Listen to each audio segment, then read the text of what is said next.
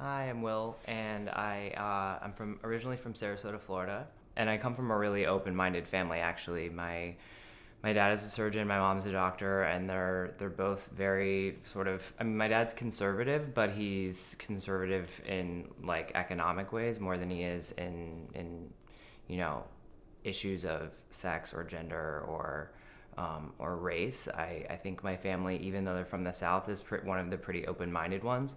Um, I My parents divorced when I was like 8 years old, and we lived in Sarasota, Florida, which was much more liberal than when my mom remarried and we moved to Tallahassee, Florida. And Tallahassee, Florida is like on the border of Florida and Georgia, so that's like a lot less liberal. And I ended up going from a really small private school where it was pretty controlled and really everybody knew each other and was relatively nice and kind, to this big public high school where I was a small fish in a huge sea with a lot of really closed-minded conservative kids and their families. Everyone drove like huge monster trucks, and I was just completely out of my element.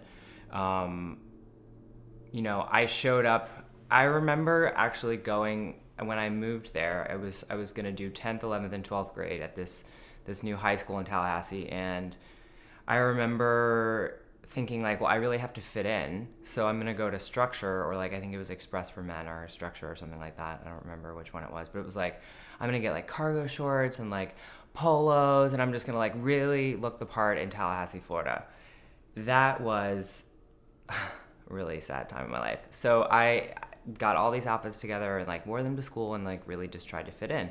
And I remember enrolling in a drama class, of course, and that was like my safe haven. And I remember this guy coming up to me one day after drama class, and he's like, "So I hear you're dating Casey." And I was like, "Oh, I don't know her. Who's Casey?" I'm still trying to be like not gay, and I'm thinking nobody knows, but everybody knows. And so I was like, "No, I've never met Casey before. I don't know who that is." And they're like, "Casey's a guy." And I was like so embarrassed. I remember just being mortified. And so I try to figure out who this Casey kid is, and it turns out he's like this really flamboyant, over the top gay guy, which at the time, like, I had a problem with because I was trying to hide my own sexuality.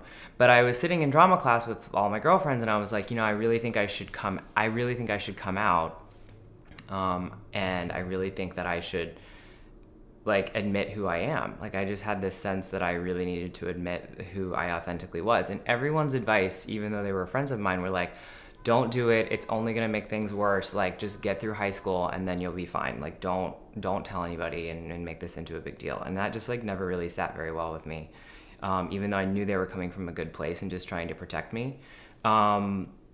So like around the same time, there was this other like competing high school, big public high school, and there was this kid named Ryan, and Ryan was like the hottest guy you've ever seen, and I was like obsessed with him. And somebody had introduced us, and he like knew he was hot. He knew he was the only gay guy in town, pretty much, and he like had a new car every week. He was a spoiled brat. So naturally, I was obsessed, and he sort of introduced me to gay life. Like, I really looked to him and almost like fell in love with him, but it was like I wasn't sure I was in love with him or if it was more just like fascination and lust, and like just couldn't believe that this existed. So I had a really good relationship with my mom, and what happened was I started really liking this guy Ryan, and we started kind of going out, but like I think they were more for him to feel like a mentor, and I thought they were dates.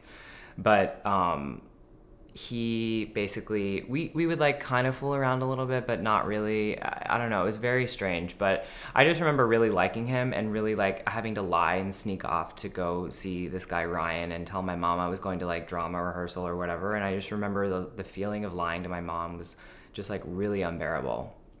I remember like that feeling of lying to her, and then going and meeting Ryan and not being able to feel like comfortable about my time with Ryan because I was lying to my mom. And of course we're, as gay men, living a lie for a long period of time, but when it was like direct lies about what I was doing with my time, it just felt like I was really being pulled away from my mom, and I could see our relationship deteriorating had I continued the lying. So I was like, I really need to tell my mom that I'm gay, even though like I think it's gonna kill me if I tell my mom I'm gay. but also knowing she'd be fine with it, but it was still like really just an impossible decision to make. And I grappled with it for a really long time. And then one night I was like, Mom, I want to take you to dinner. And it was like this whole dramatic thing where I was like, I'm taking you to Carrabba's. I'm paying for it. It was like so sad when I think about it, but it was cute, I guess. And I was like, don't worry, I'm driving, because I was like 16. I just gotten my license. And I like took her to Carrabba's and sat her down. And I can't even imagine, like, preparing for this interview, I was kind of thinking how awkward that dinner must have been, because like I was in a full blackout. Like I have no idea what I said. I have no idea what we ate. I have no idea what she looked like or said. Like I think I was just anticipating this moment that was going to be awful. And I waited till the end of dinner to be like, by the way, I'm gay. And she was like, I think she was cutting something, because I remember her like looking up and being like, yeah, it's totally fine. I've kind of known for a long time, or it's, you know, she was totally cool, as I knew she would be. And it was such a relief to tell her. And I was like, and by the way, I'm skipping school tomorrow. I'm driving down to Sarasota with my best friend Natalia, and we're telling Dad, because my dad still lived in Sarasota. And she was so sweet, and she was like, I really don't want you driving. Like, you just got your license. Like, I'll get you and your friend a flight to Sarasota to go tell your dad. So that was so nice, and she got us a flight. And literally the next day, we skipped school, and we went to Sarasota to tell my dad. And when I got to my dad's, that was like a whole different thing. Like, I think my dad knew it was coming, because he kept trying to get conversation started, which he's not good at doing and never does anyway. So it was like, I could not bring myself to tell my dad. I just was like, I don't know what it was. I think it's the same. I don't know if all gay men have this like uncomfortability around like heterosexual like dudes, but I had a lot of that at that age, and it was like impossible for me to tell my dad. So I like spent this entire weekend at my dad's. It was like a Friday, Saturday, Sunday. I flew back on Sunday, and I still didn't tell him. I literally could not find the courage to tell him. And I wrote him a letter that was like, told him everything, and you know, that I loved him or whatever. And I like left it at the house. And so he calls me on Monday, and I'm thinking like, well, he read the letter, and like now I have to talk to him. And he's just like shooting the shit and asking me like if I got home safely. And I'm like, did you find the letter? And he had not seen the letter. So I was like, this is a nightmare. So I had to like tell him where the letter was. I was like, there was a letter for you. It was so awkward and terrible. And he then called me back with my stepmom on the line, you know, like three-way call. It was so weird, but it was so uncomfortable. But anyway, they were like, we love you. But what was interesting was like, there's this fear when you come out that I learned subsequently, your parents fear like for your life. And they picture this like long, lonely, tough journey ahead for you. So it was like, although my parents were really supportive, there was definitely this sense of like impending doom. You know, it was kind of like, well, we love you and we support you no matter what, but like also be really careful out there, and like, but also we hope you'll find happiness. You know, I think all the images before when I came out, this was like 2000 and maybe 2000. All the images before that were like, we didn't have mainstream media telling people that we were like normal, happy people that could live a full life. We had like the AIDS epidemic, and we had all these things that just freaked out our parents' generation. And you know, to some extent that lives with my generation, the AIDS epidemic as well, and we didn't even live through it. So I can only imagine how my parents felt. And that was definitely, I think, it was awesome to know they were accepting, but I was also just kind of like eye rolling at like those kinds of conversations, because I just wanted to be like, let me live my life and let me see how this goes. And like, I don't really want you to place that fear on me, because then I'll start feeling it. So they didn't harp on it, but they did definitely say that. And I was a little like, I get where they're coming from, but it was hard to hear. And then the other thing that I found really interesting about coming out was like, I thought coming out, because I used to, when I was a kid, and knew that I was gay, it was something I hated about myself. You know, like I used to do this, I used to like every night when I'd say my prayers, like we had to pray when we went to bed. We weren't super religious, but we just had this like evening prayer, and it was always like, now I lay me down to sleep, all that stuff. But it was like, and please take the gay away from me. You know, like I'll do anything for you to like relieve me of this thing, because I know I'm so different and my life's going to be miserable and terrible. And so I used to do this thing too where I was like, when I would pee, when I'd go to the bathroom, this is so crazy, but like I recently remembered this. When I would pee and go to the bathroom, I was like, when I'm finished peeing, I better not be gay anymore. And it was like every time I finished peeing, I was still gay. It was so miserable. But it was like all these things that like are so crazy when you think about living with that kind of fear as a child. I really feel for that kid because that kid was really afraid. And it's really, I wouldn't wish it on anyone, but I also am really proud and happy to be gay today. So it's just like, I went through a lot, but I think that makes you stronger and definitely made me stronger. So, but what I think was really most interesting about coming out, which I did not anticipate, is I thought it would just be this magic cure-all where it's like, now I'm out in the open and now I can be who I want to be.